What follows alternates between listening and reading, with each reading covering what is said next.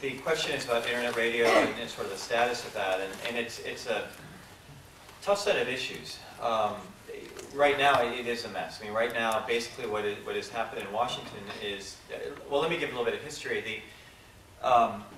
Congress basically established a process that said, look, if you want to run an internet radio station, we're going to create a government body that's going to basically be the arbiter that said, this is how you're going to do it. So if you want to do it, you have the right to do it, basically. You know, so Michael Bracy is going to start his internet radio station next week, yay-hoo.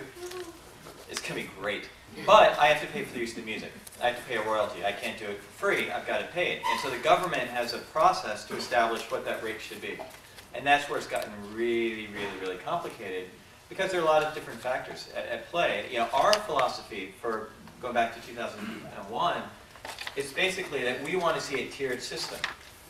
We want to see a situation where, again, as we move more and more towards this idea that music will be more of a service, and that less music fans are going to go buy music, but they'll have KXP on all day, for example, that we want the corporate interests, we want the big guys who have resources to pay, you know, a decent amount of money. Now, how you define that, who knows? I mean, that's very fluid. But conceptually, if you are running a big business off of the use of music, and if you have an audience and people are enjoying your service, you know, it's your job to figure out how you're going to pay for that. You know, what you figure out what the business is.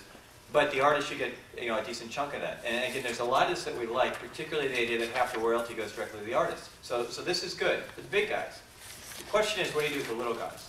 What do you do with the hobbyists? And particularly, what do you do with the folks who may have a vision? So, you know, in previous sessions, we've been talking about Hawaiian guitar. So I know there's a huge unsatiated market for an internet radio station that features solely Hawaiian guitar music. And that's my model. And so I want to start that station, and I'm going to build that and build that and build that and build that. The question is, right out of the gate, do I have to pay that full royalty, which basically means I can't make this business work because I don't have an audience yet. You know, nobody's listening to my station. Nobody believes that this is an interesting business model. Nobody's going to advertise. Nobody's going to support it. Or is there a third way that basically creates what we call like an incubator license that basically says, look, you know, Michael, go build your station. Go get them. You're going to pay something. You're going to report what you play, which is a big piece of this. You're going to be accountable and say, this is what I'm playing, so people know what I'm playing.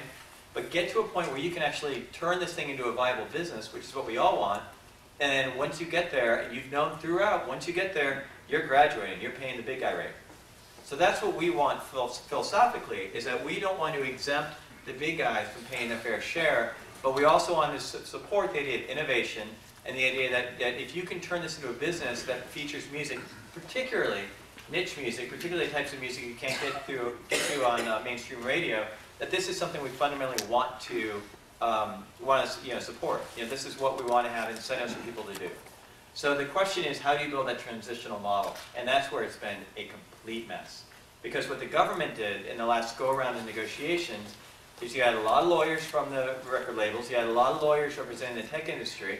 They had basically a de facto trial. They had a very adversarial kind of process to say, we should pay nothing, you should pay a lot, you should pay, and the content owners won. The government ruled that they should pay, that internet radio station should pay a ton of money, and should be per stream, per listener, that you didn't really have this percentage of revenue idea, you didn't really have this incubator idea.